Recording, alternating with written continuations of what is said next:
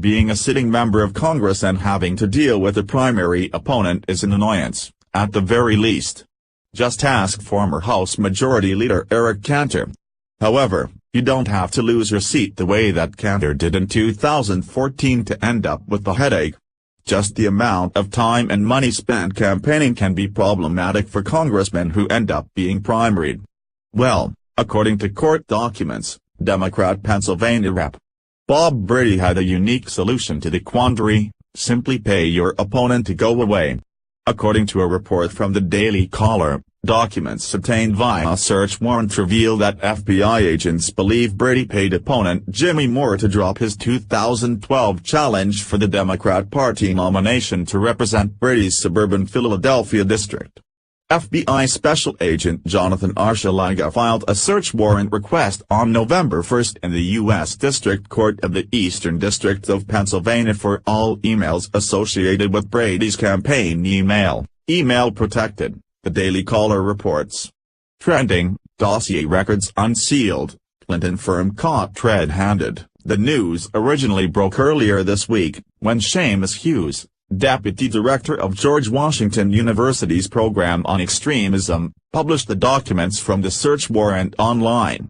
The FBI documents said law enforcement had probable cause to believe that Kenneth Smuckler, Robert Brady, Donald D.A. Jones, Jimmy Moore, and Carolyn Cobbiness and others known and unknown have committed violations.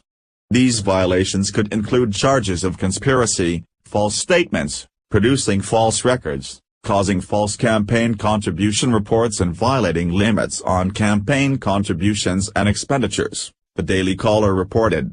Given a busier off-year electoral season than usual, it hardly made a blip on the political radar in October when federal prosecutors in Philadelphia indicted two of Brady's consultants on the 2012 campaign. According to the Associated Press, Kenneth Smuckler and Donald Jones were indicted and charged with masterminding a scheme in which Moore was paid $90,000 to drop his challenge to Brady. The two faced charges that included conspiracy and lying to the FBI. Moore and his aide have already pleaded guilty to taking the money. According to prosecutors, the $90,000 was meant to cover Moore's campaign debt. At the time, Brady denied any sort of wrongdoing. We would imagine he still does it now.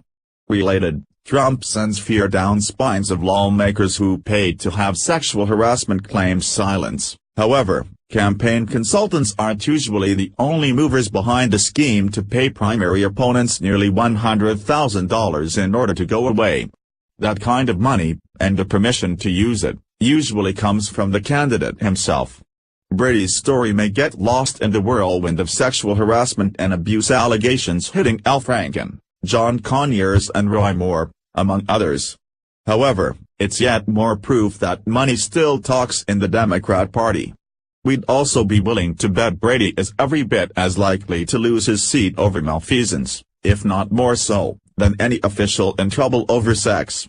Whether that's fortunate or unfortunate is your call. Brady is a relative unknown in the Washington milieu, while Conyers continues to wield substantial power in both Congress and the Democrat Party despite the obviously encroaching wages of senescence. If you're looking to bet on what politician is most likely to go from Capitol Hill to the big house, though, it sounds like Brady could be your guy. H.G. Bart, please like and share on Facebook and Twitter with your thoughts on this case. What do you think should happen to this congressman if he's guilty? Scroll down to comment below.